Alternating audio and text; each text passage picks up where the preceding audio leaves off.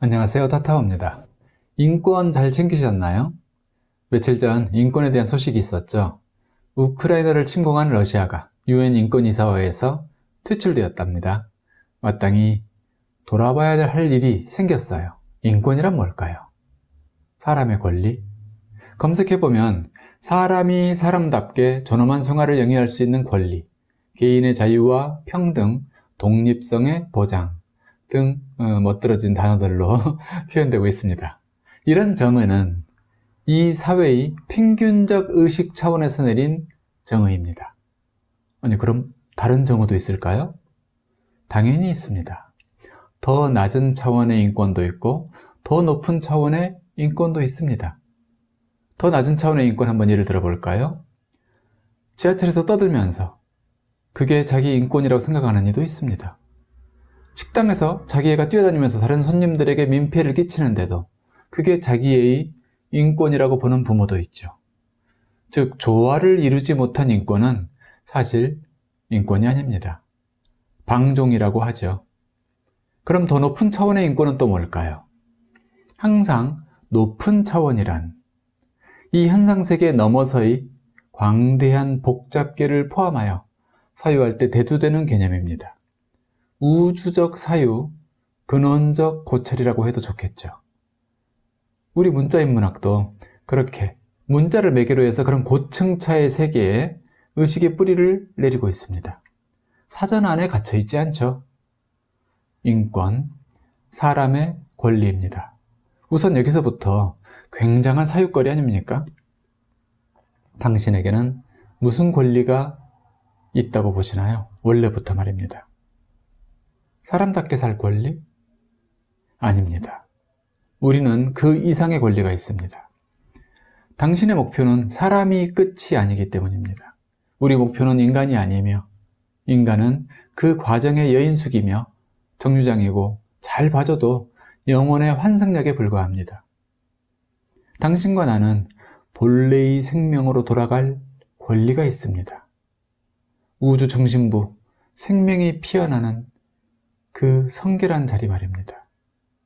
가장 아름답고 가장 고귀한 존재로 돌아가는 것, 빛으로 돌아가는 것, 참으로 돌아가는 것, 그것을 반본귀진이라 하지요.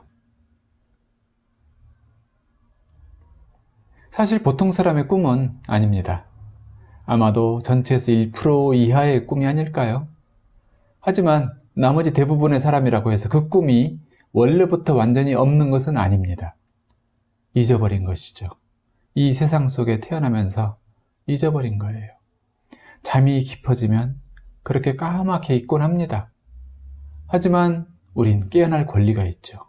그리고 우리가 잊은 것을 상기할 권리가 있고 이유가 있습니다. 그리고 잃어버린 권능을 기억할 권리가 있습니다. 그리고 그러기 위한 기본적 조건들이 방해받아서는 안 되겠죠.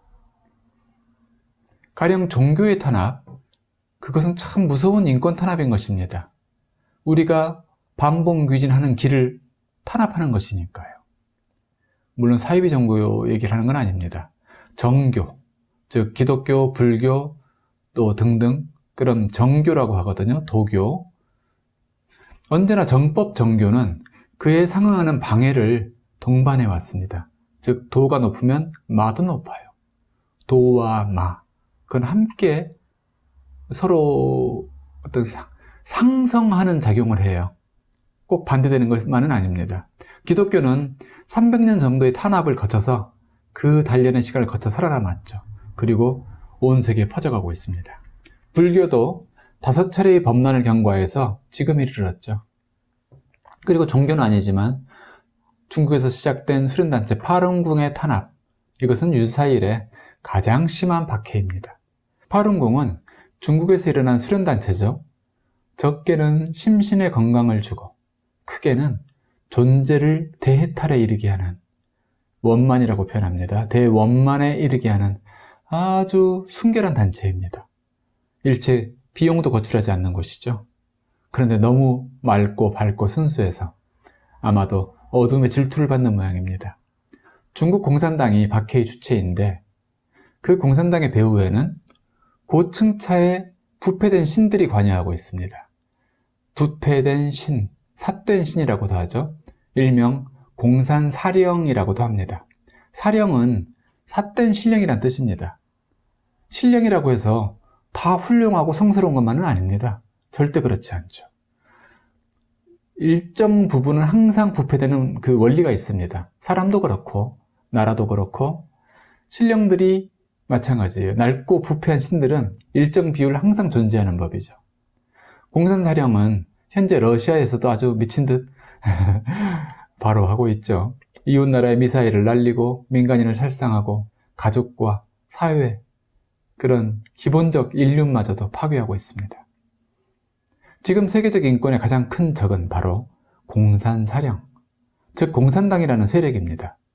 이것은 단순히 이데올로기적 분별을 하고 있는 것이 아닙니다. 인간 생명의 궁극적 권리, 가장 크고 소중한 권리를 막아서는 가장 큰 어둠이 바로 종교와 사상의 박해인 것입니다. 우리는 어떤가요? 우리나라는 다행히 공산사령이 영향을 주지 않고 있을까요? 아닙니다. 북한에 우리 동포들이 있지 않습니까? 그 어둠의 공간에 묶인 지 수십 년이 흐르고 있습니다. 남과 북이 어서 함께 풀어야 할 숙제입니다. 어떻게? 우리 각 사람들이 내면의 눈을 뜨고 일어서서 존재의 빛을 발해야 합니다. 일어서 빛을 발하라.